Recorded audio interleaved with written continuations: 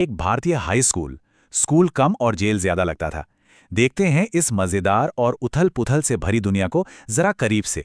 कहानी की शुरुआत ही देखिए इसी एक लाइन से होती है जो पूरी कहानी का टोन सेट कर देती है कि ये स्कूल नहीं बल्कि एक कैद खाना था। और यहाँ के नियम कायदे वो भी एकदम निराले थे। तो इस कहानी के सफर को शुरू करते हैं और इसकी शुरुआत होती है स्कूल पहुंचने की रोज की सिरदर्दी से। तो कहानी का पहला और सबसे मजेदार किरदार हैं भैया जी, जो वैन ड्राइवर हैं। अब सोचिए, स्कूल है सुबह 9 बजे का और ये नैरेटर को लेने पहुंच जाते थे सुबह 5 बजे। इनकी वैन का नाम भी बड़ा दिलचस्प था, मैजिक। पर शायद मैजिक थोड़ा कमजोर था, क्योंकि टायर तो आए दिन पंक्चर होता ही रहता था। और इनका रूट, अरे वो तो 3 से 4 घंटे का पूरा शहर दर्शन था, हर एक बच्चे को उठाते हुए। और हमारे नैरेटर की किस्मत देखिए, वैन में चढ़ते सबसे पहले थे और घर पहुंचते सबसे आखिर में। तो सवाल यह है कि भाई इतनी मुसीबत झेलकर कोई रोज उसी वैन में क्यों जाएगा? वजह थी सिर्फ एक, और वो थी चमेली। वो भी उसी वैन से स्कूल जाती थी। चमेली के बगल में बैठने के लिए बनाया गया ये मास्टर प्लान तो देखिए।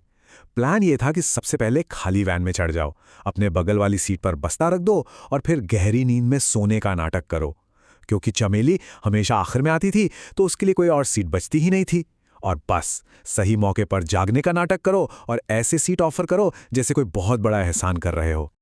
और ये सफर और भी ज्यादा मजेदार तब हो जाता था जब भैया जी की रेस उनके दोस्त ऑटो रिक्शा वाले से लग जाती थी।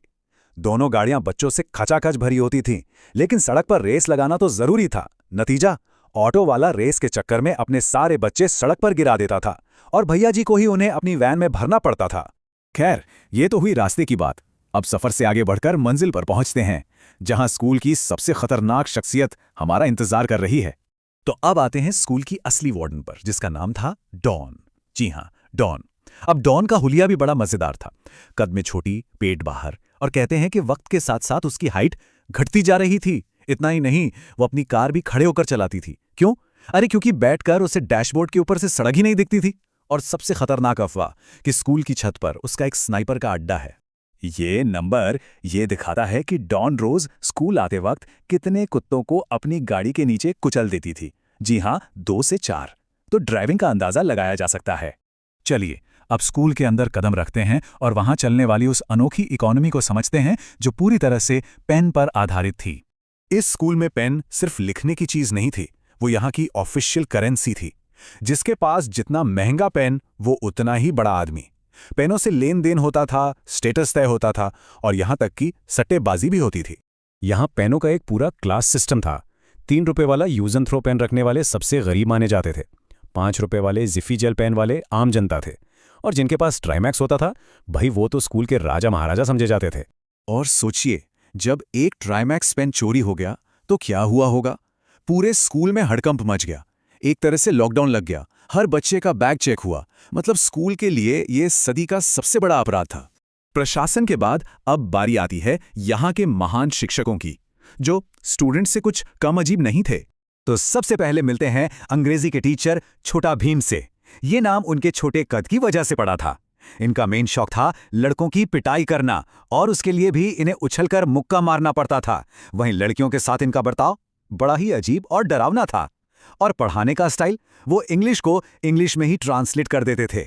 ये एक लाइन इस टीचर के बारे में सब कुछ कह देती है कि चेहरा तो भोला भाला बना के आते थे, लेकिन उनकी आंखों में छिपे गलत इरादे साफ दिख जाते थे। चलिए अब अराजकता की आखिरी परत को देखते हैं, यानी स्टूडेंट्स के बीच कानून व्यवस्था का पूरी तरह से खत्म हो जाना। स्कूल के वॉशरूम्स, वो तो स्टूडेंट्स की गुंडागर्दी और अजीबोगरीब हरकतों का अड्डा बन चुके थे। वहां कोई नियम कानून नहीं चलता था। वॉशरूम से होने वाली चोरियां भी बिल्कुल नेक्स्ट लेवल थीं।